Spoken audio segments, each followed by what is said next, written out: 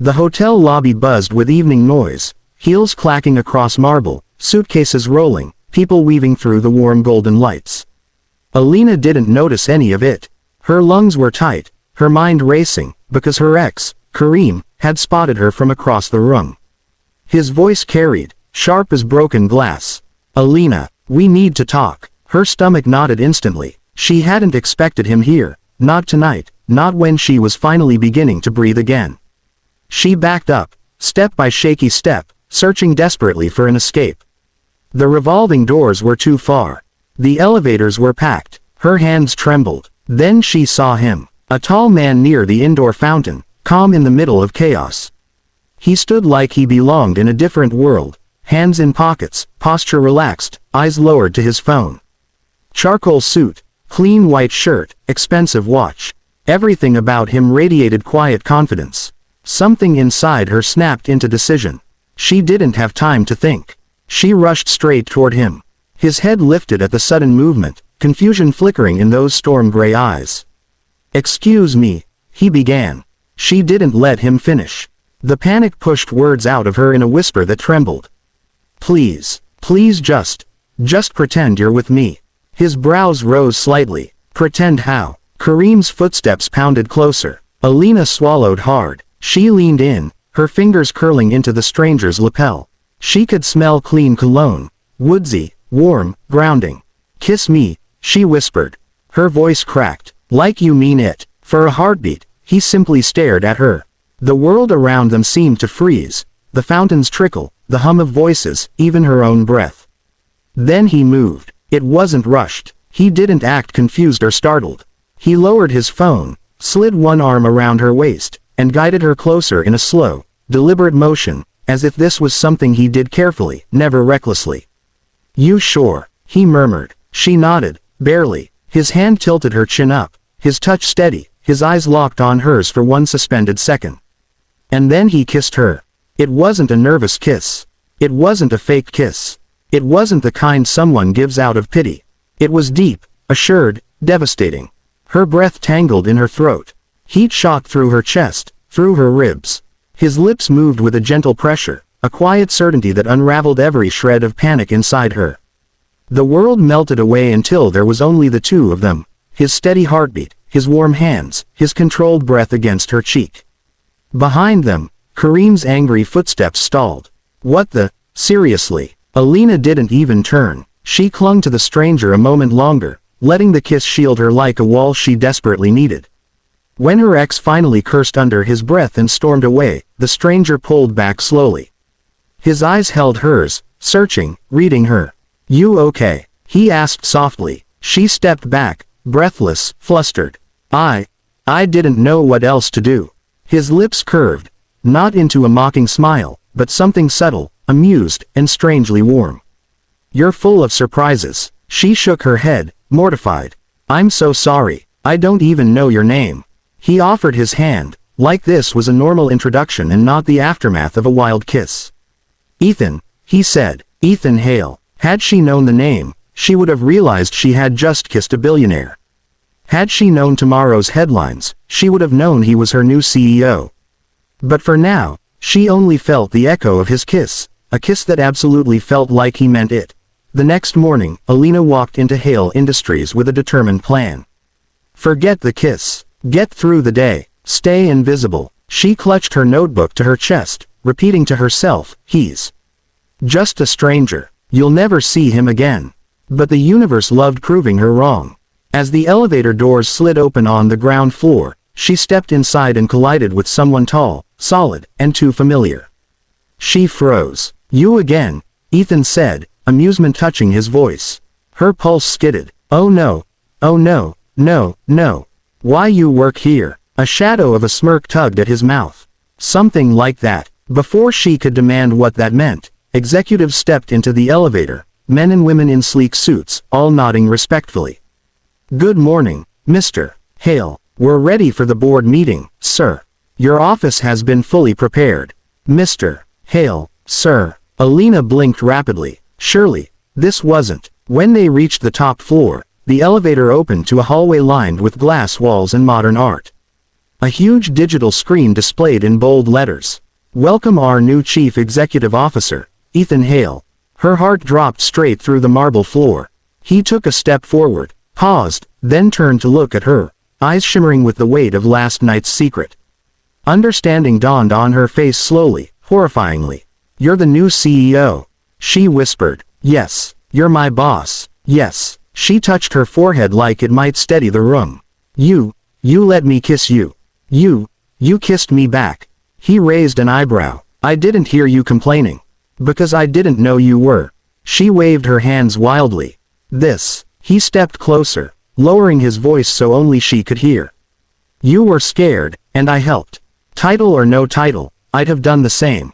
Her face heated. Why did he have to say it so gently? She swallowed. "Why didn't you tell me?" "You didn't ask." Her breath hitched. His eyes held hers, steady, unreadable, but undeniably drawn. "Don't worry," he said softly. "Last night stays between us." Then he walked down the hallway like he owned it, because he did, while Alina stood frozen, realizing she had literally kissed the CEO of her first day. And worse, her heart remembered that kiss far too vividly. The office was almost silent that night, just the low hum of the AC and the distant ticking of the large wall clock. Most employees had left hours ago, the halls dim and quiet, but Alina remained behind, determined to finish the report Ethan had requested. Or maybe she was just trying to avoid thinking about him. She stood at the printer, tapping impatiently as it blinked its red light of betrayal. "Of course," she muttered. "Of course you'd jam now. Sabotage me while I'm already stressed, typical." Behind her, a pair of quiet footsteps approached, measured and confident. She didn't need to turn around to know who it was. Ethan Hale had a presence, warm, controlled, unsettling in the way it made her body react before her brain could. "Fighting with office equipment?" he asked softly. She froze. His voice, calm, low, like velvet dipped in authority. She forced herself to turn, eyes betraying her annoyance. A single brow rose, amusement flickering through his expression. "Did it now?" He stepped closer, not touching her but close enough that she felt a shift in the air, like gravity itself adjusted around him. Her breath hitched, embarrassingly noticeable, and his eyes caught it. Studied it. He always noticed everything. "Let me," he said, positioning himself beside her. He reached past her to the printer, his hand brushing hers. Not by accident. He was too precise for accidents. Her stomach flipped as she inhaled the faint scent of his cologne, expensive, subtle, warm. "Relax," he murmured, his fingers gently nudging hers aside. "You're too tense." "How can I not be tense when you—" She stopped herself, biting her lip. "When I what?" His voice dipped lower. She swallowed. "Nothing. Forget it." But he didn't. He turned his head, their faces inches apart, his eyes searching hers, not teasing, not mocking, searching. As if he was trying to decode the truth she kept locked behind her ribs. "This isn't nothing," he said quietly. Her pulse pounded. Before she could respond, he pulled the jammed paper free. The machine whirred back to life, spitting out the pages she needed. The noise was loud in the quiet room, but neither of them moved. Her back was nearly against the printer. His hand braced beside her. Their closeness felt like a question neither dared to ask. "Ethan," she whispered. His jaw tightened. "Tell me you regret it." The kiss. Silence. Her throat tightened. She couldn't say it. She didn't even want to. His eyes softened, the hard lines of his face easing for a rare, unguarded moment. "I didn't imagine it," he said, voice husky. "The way you held me. The way you looked at me afterward." She exhaled shakily. "We can't. You're my boss." "I know," he said. "But knowing doesn't erase wanting." Her breath caught. He leaned in, not touching her, not crossing the line, but close enough that she felt every unspoken thing burning between them. "When you're ready," he murmured, "I'll be here. I'm not rushing you, but I'm done pretending." Then he stepped back. The sudden loss of his warmth made her chest ache in a way she didn't understand. And as he walked away, leaving her in the soft glow of the office lights, she finally admitted the truth to herself. She didn't regret the kiss. She was terrified of how much she wanted another. A knock at the apartment door was insistent, harsh, and filled with anger. Alina's heart leapt into her throat before she even realized who it was. Her ex. She froze, the weight of fear pressing down like a stone in her chest. He had been unpredictable before, but tonight felt different. There was a dangerous edge in the way he shouted her name. She backed away from the door, trying to calm herself. "Please, just go," she whispered to the empty hallway. But her words were swallowed by the pounding of his fists. Her neighbors' voices echoed faintly through the walls, concerned and startled. Panic clawed at her. She didn't have time to think. She didn't have time to plan. And then headlights suddenly flashed through the window, bright and sudden, followed by the rumble of a car pulling to a stop outside. A shadow detached itself from the black car. Ethan Hale, the same man who had kissed her that one fateful night. The same man who was now her CEO, her colleague, and somehow, inexplicably, her protector. He didn't knock. He didn't ask questions. He simply moved, a silent storm of calm authority. Alina's ex froze for just a second, as if realizing that he was no longer in control. "You're done here." Ethan's voice was low, controlled, but unmistakably dangerous. Each word carried the weight of someone who could crush threats without effort. "This is none of your business." Her ex shot back, his anger wobbling into fear. "It became my business the night you scared her," Ethan said, stepping closer. The air around him seemed to hum with quiet power. Alina felt herself shrink back instinctively, but not out of fear of him, fear that had nowhere to go now, replaced by awe and relief. Her ex, realizing the tide had turned, mumbled incoherently as a couple of hired security personnel escorted him down the steps. The entire scene had lasted mere minutes, but Alina's heart was still hammering in her chest. Ethan turned toward her, every line of his usually unreadable face softened. He crossed the last few steps to her, close enough that she could see the gray depth of his eyes, hear the slow, even beat of his breathing. "Are you hurt?" His voice was barely more than a whisper, careful, filled with concern. Alina shook her head, but she couldn't speak. Her hands were trembling, her body still quivering from adrenaline. How did you know?" She finally whispered.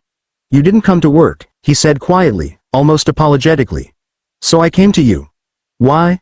Her voice broke, tinged with disbelief and awe. Ethan's gaze softened, and for a moment, he looked almost vulnerable, almost human in a way that no one ever saw him. "Because I can't pretend anymore," he said. Alina's chest tightened. She could barely breathe as he reached for her, brushing a loose strand of hair from her cheek, then gently wiping away a tear she hadn't realized had fallen. "You asked me to kiss you like I meant it," he murmured. "You should know, I did." Heat rose to her cheeks, but this time there was no fear. No hiding. No hesitation. Only the raw, undeniable connection that had been simmering between them from the very first accidental kiss. "And now?" she whispered, heart racing. He didn't hesitate. He pressed his lips to hers, slow and deliberate, claiming the moment, claiming her, and this time, she kissed him back with all the strength and certainty she'd felt restrained until now. The world outside faded. The past, the ex, the fear, it all disappeared. There was only them, and the electric certainty that nothing would ever be the same again.